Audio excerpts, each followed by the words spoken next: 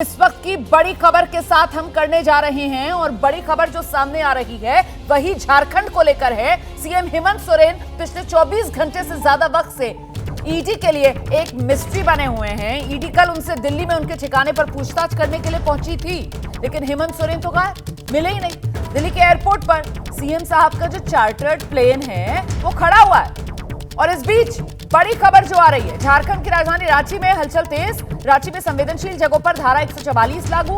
और ये कौन कौन सी संवेदनशील जगह है जहां धारा 144 लागू किया गया है? ये है सीएम हाउस, मुख्यमंत्री आवास, राजभवन और साथ ही साथ ईडी का दफ्तर। तो इन तमाम जगहों पर फिलहाल धारा 144 लागू कर दी गई है। 14 अतिरिक्त डीएसपी रांची में तैनात किए गए हैं। ये अधिकारी अगले आदेश तक रांची में ही तैनात रहेंगे। ये इस वक्त की बड़ी खबर है। और सुरक्षा को लेकर किस तरीके की हलचल हो रही है, झारखंड के डीजीपी को तलब किया गया। तो झारखंड के डीजीपी को तलब किया है, राज्यपाल ने झारखंड के डीजीपी को तलब किया है। ऐसे में महत्वपूर्ण ये हो जाता है कि आखिरकार झारखंड किस दिशा में आगे बढ़ता हुआ नजर आ रहा है, क्योंकि नजर डीजीपी, मुख्य सचिव, गृह सचिव भी तलब किए गए हैं। राजभवन में इस वक्त मौजूद हैं सभी आला अधिकारी। ये इस वक्त की बहुत बड़ी खबर है। बुलाया जा रहा है तो इसका मतलब कोई ना कोई गलती की होगी ना आपने, जो आपको डर है कि ये पूछताछ नहीं है। जैसे कल ही लालू प्रसाद जी, आपको ध्यान हो कि उन्होंने साहस दिखाया, वो 10 घंटे तक जो है ईडी के सामने थे। एक 75 साल के आदमी जो है ईडी के सामने थे। आप अपने आप को जवान करते हो, आप अपने आप को मजबूत करते हो। आपको ध्यान हो कि गुजरात में भी जब जब माननीय मुख्यमंत्री, तत्कालीन मुख्यमंत्री जो आज के प्रधानमंत्री जी हैं, जब जब उनको जहाँ जहाँ बुलाया गया, एसआईटी में बुलाया, ईडी ने बुलाया, सीबीआई ने बुलाया, कोई एक भी छोटा सा इंसिडेंट नहीं है जबकि माननीय मोदी जी ने इन एजेंसीज का सामना नहीं किया। हम संवैधानिक पद पर बैठे हुए हैं, एजेंसी का सामना करना हमारा कर्तव्य है और नेता के तौर पर हम ये दिखाते हैं जनता को कि हम जो है सहयोग कर रहे हैं, जांच में सहयोग कर रहे हैं। पिछले 48 घंटे से गायब हो जाना, जो BMW दिखाई दे रही है, जो मेरी जानकारी है विनोद सिंह, जिनके यहाँ की इनकम टैक्स का रेट पड़ा था और जिनके यहाँ की मुख्यमंत्री और मुख्यमंत्री जी के परिवार के कई एक अकाउंट जब्त हुए थे कि उन्होंने पैसे का लेन देन किया, हेर फेर किया, अरबों रुपये का लेन देन किया। वही विनोद सिंह के नाम से शायद वो गाड़ी रजिस्टर्ड है। एक प्राइवेट गाड़ी में एक मुख्यमंत्री घूमेगा, ये अब हो गया सवाल। दूसरा भाग रहा है, तीसरा जो है एजेंसी का सामना नहीं कर रहा है।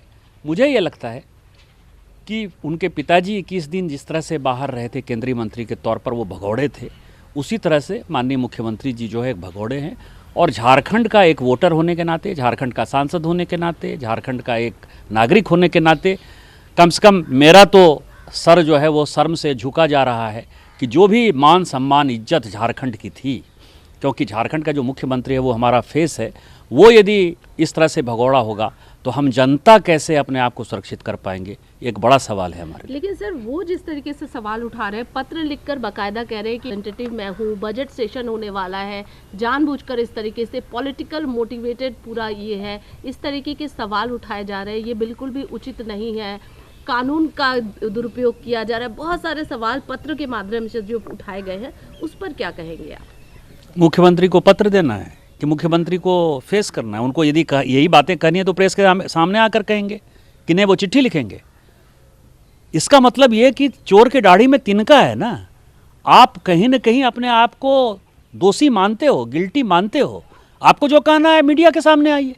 ये तो पूरी डेमोक्रेटिक व्यवस्था है ना, पूरी शांति की व्यवस्था। आपने पहले जो है जांच रोकने के लिए हाईकोर्ट गए, हाईकोर्ट ने कहा कि जांच का सामना करिए। सुप्रीम कोर्ट गए, सुप्रीम कोर्ट ने कहा कि जांच का सामना करिए। आप जांच का सामना नहीं करोगे और आप कहोगे डेमोक्रेटिक गवर्नमेंट। डेमोक्रेटिक गवर्नमेंट का मतलब क्या होता है कि आप गिट्टी चोरी करो, बालू चोरी करो, माफिया को करो, ट्रांसफर पोस्टिंग करो, आप केवल दलाली करते रहो। ये डेमोक्रेटिक गवर्नमेंट का फंक्शन है।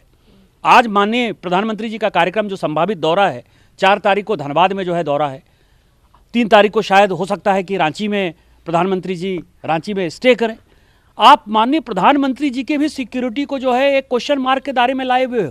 पूरा का पूरा प्रशासन, झारखंड का प्रशासन रांची में मुख्यमंत्री और मुख्यमंत्री आवास के इर्द गिर्द है। चीफ सेक्रेटरी मीटिंग करने नहीं जा रहे हैं धनबाद, डीजीपी मुख्यमंत्री मीटिंग करने नहीं जा रहे हैं। आज ही मैं आपको बताऊं, मेरे पास पत्र है, आज मेरे प्रिविलेज पर झारखंड के मुख्य सचिव को, झारखंड के डीजीपी को, झारखंड के होम सेक्रेटरी को पार्लियामेंट्री कमेटी ने बुलाया था। पार्लियामेंट्री कमेटी में वो नहीं आ रहे हैं और रीजन ये दे रहे हैं कि ईडी की जो जांच चल रही है, क्या आप पूरे ब्यूरोक्रेसी को जो है झारखंड मुक्ति मोर्चा का कार्यकर्ता बना ली हो? उसको प्रधानमंत्री की चिंता नहीं है, उसको संसद की चिंता नहीं है। कल ही उन्होंने चिट्ठी भेजा है मुख्य सचिव ने कि हम नहीं आ पाएंगे।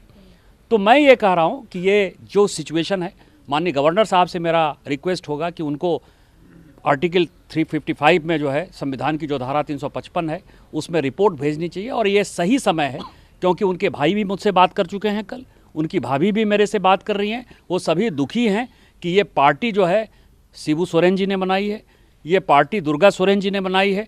अपनी वाइफ को जो वो चार्ज देना चाहते हैं उससे कोई भी सहमत नहीं है और भगौड़े की तरह वो वाइफ को जो है चार्ज दिलाने की कोशिश कर रहे हैं।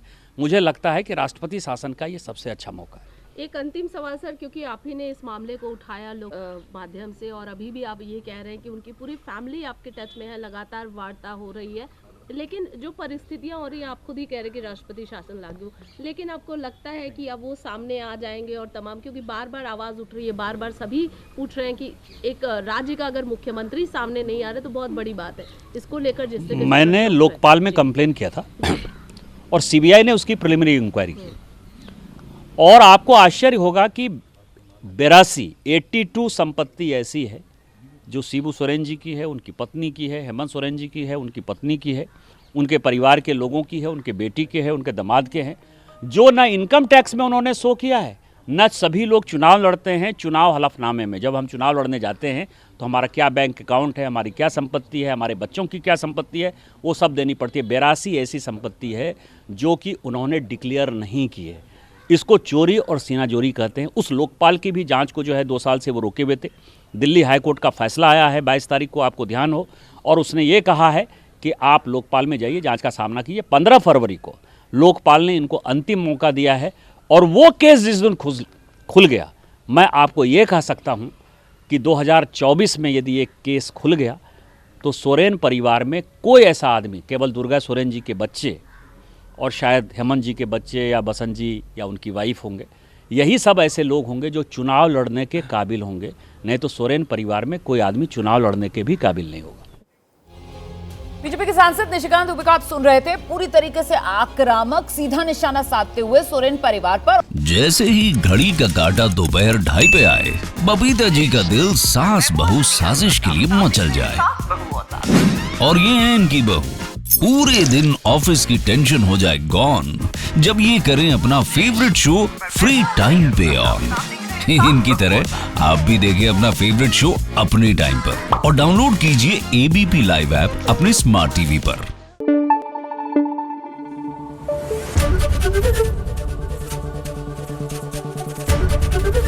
एबीपी न्यूज आपको रखे आगे।